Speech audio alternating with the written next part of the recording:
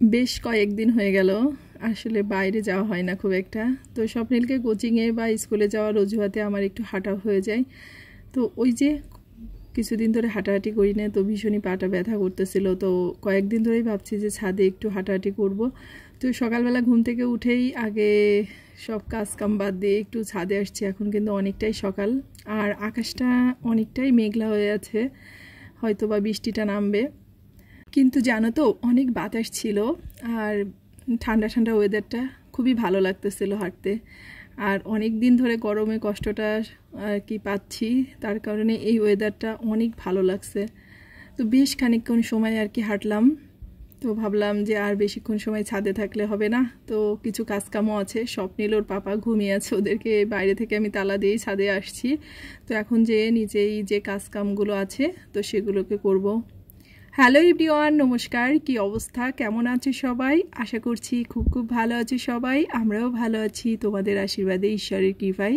আর তোমরা যে যেখান থেকে আমার ভিডিওটা দেখছো তোমাদের সবাইকে অনেক অনেক ওয়েলকাম। আশা করছি পুরো ভিডিওটা ভালো লাগবে তোমাদের। যদি ভিডিওটা ভালো লাগে অবশ্যই পুরো ভিডিওটার সাথেই থেকেও স্কিপ না করে। আর যারা নতুন আছো, আজই আমার প্রথম ভিডিওটা দেখছো, যদি কোথাও এতটুকু ভালো লেগে থাকে অবশ্যই চ্যানেলটাকে সাবস্ক্রাইব করে আমার পাশে থেকে আমাকে উৎসাহ দিও। বেশ কিছুদিন ধরেই চাচ্ছি যে বৃষ্টিটা নামুক, অনেক জোরে বৃষ্টিটা নামুক। আর কুরবানি ঈদের পরে জানো তো একটু বৃষ্টিটা হলে ভালো হয়, কারণ চারিদিকে সব পরিষ্কার পরিচ্ছন্ন হয়ে যায়। তো যাই হোক, এখন হচ্ছে একটু স্বপ্নিলের পাপার জন্য থানকুনির পাতা তুলে নিচ্ছি। আর থানকুনি পাতা তুলতে গিয়ে দেখলাম এই থানকুনি গাছের ভিতরে 2-3টা আর কি মরিচ গাছ হয়েছে। তো ভালো হয়েছে, মরিচ গাছ এর আগেও হয়েছিল কিন্তু মরিচ হয়নি আর কি। তো জানি না এটাই কি হবে।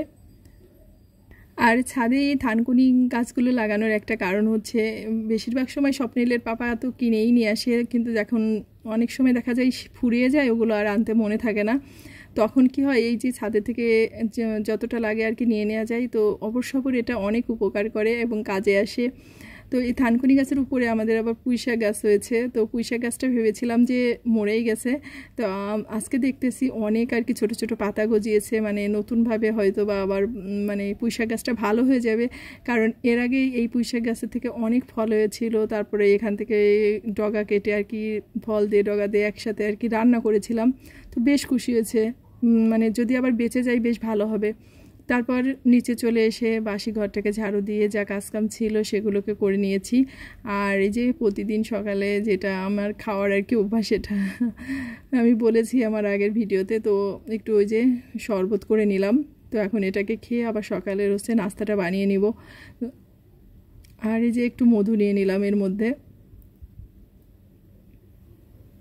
তো এটা খেলে একদিক থেকে কী হয় জানো, সকালে নাস্তাটা না খেলেও চলে, মানে পেটটা অনেকটাই ভরে যায়, মনে হয় যে সকালে নাস্তা হয়ে গেল। তো বেশ ভারী এই জিনিসটা আমার মনে হয় যে। তো একদিক থেকে এগুলো সকালবেলা খাওয়া অনেক উপকারী, পেটটাও ভরে যায়।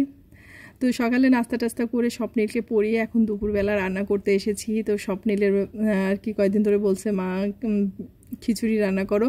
তো আজকে আর কি সেজন্যই খিচুড়িটা রান্না করতে আসলাম। আর যেহেতু একটু বৃষ্টি হয়েছে, অনেক বৃষ্টি না, অল্প স্বল্প আর কি বৃষ্টিটা হয়েছে। তো ভাবলাম যে একটু খিচুড়ি রান্না করি, অনেক দিন ধরেই রান্না টান্না হয় না খিচুড়িটা, বিশেষ করে ভুনা খিচুড়িটা। তো 3 রকমের ডাল আর কি ভিজিয়ে রেখেছিলাম। আর ওই যে মিক্সড ডাল দিয়ে যে খিচুড়িটা রান্না করে, আজকে আমি সেই মিক্সড ডাল দিয়ে আর কি ভুনা খিচুড়িটাকে করব। তার জন্য ওই যে এলাচ, দারচিনি, লবঙ্গ, তেজপাতা, শুকনা মরিচ ফোড়ন দিয়ে দিয়েছি, আর পেঁয়াজটাকে দিয়ে দিয়েছি তেলের মধ্যে। তো একে হালকা একটু ভেজে নিয়ে এর মধ্যে হচ্ছে আদা রসুন বেটে রেখেছিলাম, তার সাথে একটু জিরা ধনেও ছিল। তো ওগুলোকে একসাথে দিয়ে এখন মশলাটাকে ভালো করে একটু হলুদ আর একটু মরিচের গুঁড়া দিয়ে কষিয়ে নিয়ে তারপর হচ্ছে ডালটাকে দিয়ে দেবো। আর যেহেতু পোলাও চালটা দিয়ে রান্না করব, এজন্য ডালগুলোকে মানে আগে থেকে একটু ভিজিয়ে রেখেছিলাম, নাহলে পোলাও চালটা দেখা যায় যে ফুটে যাবে আর ডালটা শক্ত থাকতে পারে। আর ভাতের চালের সাথে করলে আসলে এগুলো আগে থেকে ভিজানোর প্রয়োজন নেই, একসাথে ধুয়ে দিলে হয়ে যায়। তো এই যে ভালো করে মশলাটাকে আর কি কষিয়ে নিচ্ছি। আর বৃষ্টির দিন আসলে কি হতো জানো, যখন গ্রামে থাকতাম, মা মানে যেদিন অনেক বৃষ্টি হতো, আর গ্রামের বাড়িঘরগুলো কেমন হয়, মানে রান্নাঘরটা একটু দূরে হয়, বড় ঘরটা একটু দূরে। ঘর মানে হয়তো অনেকে বুঝবে অনেকে বুঝবে না, বড় ঘর মানে হচ্ছে থাকার ঘরটাকে বলে বড় ঘর। তো ওই ঘরটা থেকে রান্নাঘরটা কিন্তু বেশ খানিকটা দূরে থাকে।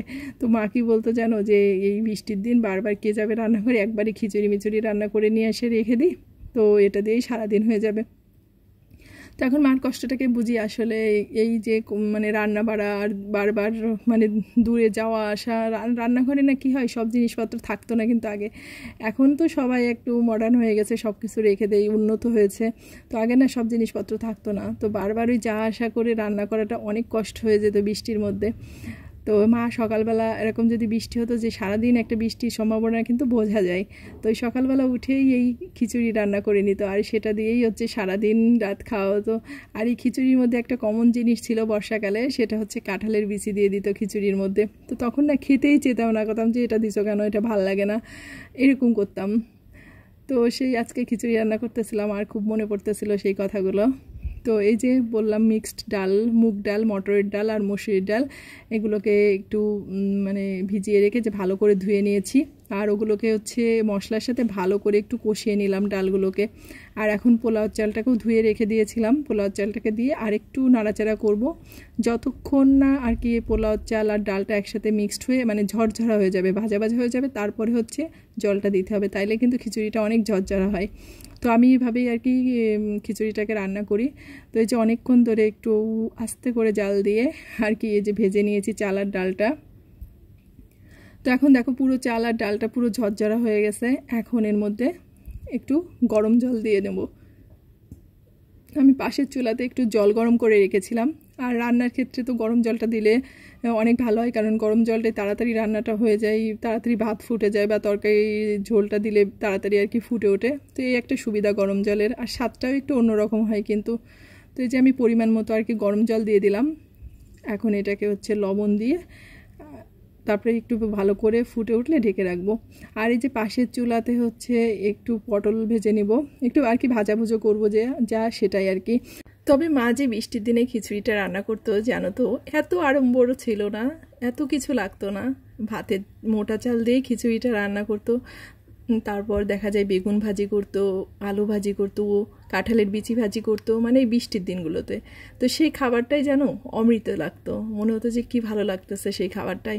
আর এখন এত হাজার রকম জিনিস দিয়ে রান্না করি, তারপরেও রান্নার পরে মনে হয় যে আসলে ভালো লাগতেছে না, খেতে ইচ্ছে করতেছে না। তো মানুষের সময়ের সাথে সাথে কত কিছু পরিবর্তন হয়ে যায়, তাই না? একবার খিচুড়ি খেলে বা একবার পোলাওটা খেলে দ্বিতীয়বার আর আমরা সেটা খেতে চাই না, আমাদের কত রুচির পরিবর্তন। তো যাই হোক, আমার খিচুড়িটা তো এদিকে ফুটে উঠেছে, এখন আর একটু ঘি দিয়ে দিলাম। তো ঘিটা দিয়ে এখন হচ্ছে ঢাকনা দিয়ে আর কি এটাকে দমে রেখে দিব, তাহলেই পুরো ঝরঝরা হয়ে যাবে। আর এখন না আমি এই প্রেশার কুকারেই খিচুড়ি, বিরিয়ানি বা পোলাও রান্না করতে বেশি কমফোর্ট ফিল করি, কারণ আমার মনে হয় আমি এটাতেই বেশি পারদর্শী, মানে বেশি ভালো পারি আর কি। তো যাই হোক, এদিকে খিচুড়িটাকে দমে দিয়ে আর এই যে স্বপ্নিলের জন্য একটা ডিম ভেজে নিলাম। এই যে এত ভাজাভুজো করলাম না, তারপরেও দেখবা যে আমার ছেলেটা বলবে আমি এটা খাবো না, ওটা খাবো না, সেটা খাবো না। আসলে কি জানো তো, আজকাল বাচ্চাদের অপশনটা অনেক বেশি, মানে এটা না পেলে তারা তো আরেকটা পাবে। তো এই কারণেই এই অবস্থা। তো আমরা যখন ছোটো ছিলাম আমাদের ক্ষেত্রে কিন্তু এতটা অপশন ছিল না, এটা হয়েছে এটা খেলে খাবে, না খেলে না খাবে। আর এখন মনে হয় সেটাই ভালো ছিল। তো এখন থেকেই আমি চেষ্টা করি আমার ছেলেকে সেটাই শেখানোর, যে এটা আছে এটাই খাও, এটা খেলে খাবে, না খেলে না খাবে। 1 দিন 2 দিন 3 দিন, তারপরে কিন্তু খেতেই হবে, না খেয়ে কোথায় যাবে বলো? কিন্তু আমরা মা বাবারা এখন বেশি অস্থির হয়ে যাই যে আমার বাচ্চা এটা খাচ্ছে না, আমি ওটা দিই, ওইটা খাচ্ছে না আরেকটা জিনিস দিই। তো এই আর কি ব্যাপার এখনকার দিনের। তো যাই হোক, এখন হচ্ছে স্বপ্নিলকে খাবারটা দিব, তো ওর জন্যই খাবারটা বাড়তেছি। তো ওকে খাবারটা দিয়ে তারপর আমার আর একটু কাজ আছে, সেই কাজকামগুলোকে সেরে তারপরে আর কি স্নানটা করব। তো আজকের ভিডিওটা এই পর্যন্তই। যদি তোমাদের কোথাও এতটুকু ভালো লেগে থাকে অবশ্যই ভিডিওটাকে লাইক, কমেন্ট, শেয়ার করতে ভুলো না ফ্রেন্ডস এবং ফ্যামিলির সাথে। আর যারা নতুন আছো তোমাদেরকে আরেকবারও রিকোয়েস্ট করব, কোথাও যদি এতটুকু ভালো লেগে থাকে তবে চ্যানেলটাকে সাবস্ক্রাইব করে পাশে থেকো। ভালো থেকো সবাই, তোমাদের সাথে দেখা হচ্ছে আমার পরবর্তী ভিডিওতে।